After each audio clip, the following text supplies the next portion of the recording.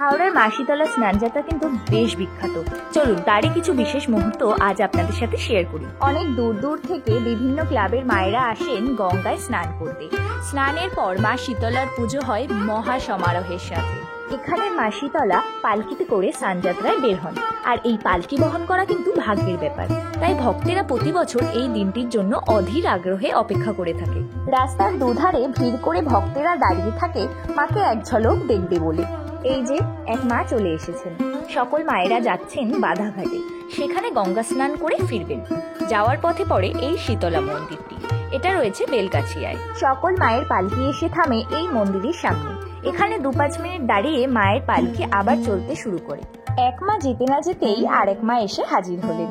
ফুলে সুসজ্জিত এই পালকিগুলি সত্যি দেখার মতো ছিল। মা নামলেন এবং তার কিছুক্ষণ পর আবার ভক্তের কাঁধে চেপে বসলেন। এই উপচে পড়া ভিড় দেখে আমার ঠাকুরনগরের স্নানযাত্রার কথা মনে পড়ছিল। মা কিন্তু একা নন, মায়ের সাথে চলে ঘোড়ার গাড়ি, বাদ্যবাজনা, শং, আরো কত কি। এতক্ষণ অব্দি মাকে স্নান করতে যেতে দেখছিলেন। এখন দেখুন মায়ের স্নান করে ফিরে আসার দৃশ্য। স্নান করে ফেরার পথে মায়ের মুখ ঢাকা থাকে। এই দৃশ্য দেখা সত্যিই ভাগ্যের ব্যাপার। বিশ্বাসে মিলায় বস্তু, তর্কে বহুদূর। এই জনজোয়ারে সব থেকে বেশি সমস্যা হচ্ছিল ছোট ছোট বাচ্চাদের। বাবা মায়েরা তাদের ঘাড়ে করে নিয়ে যাচ্ছিল। এবার মায়ের পুষ্পাঞ্জলি শুরু হলো।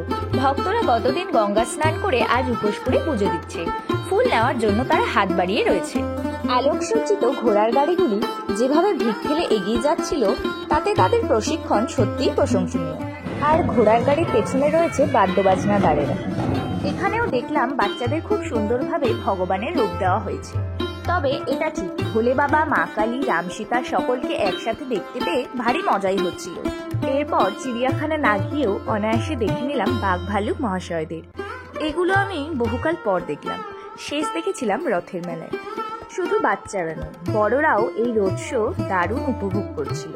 কিভাবে আসবেন? হাওড়া থেকে 57 অথবা 57 এ ধরে চলে আসুন বেলগাছিয়ায়। কবে হয় এই উৎসব? মাঘী পূর্ণিমা তিথিতে এই দেবী শীতলা পূজিত হন। ঠিক তার আগের দিন হয় এই মহা স্নানযাত্রা উৎসবটি।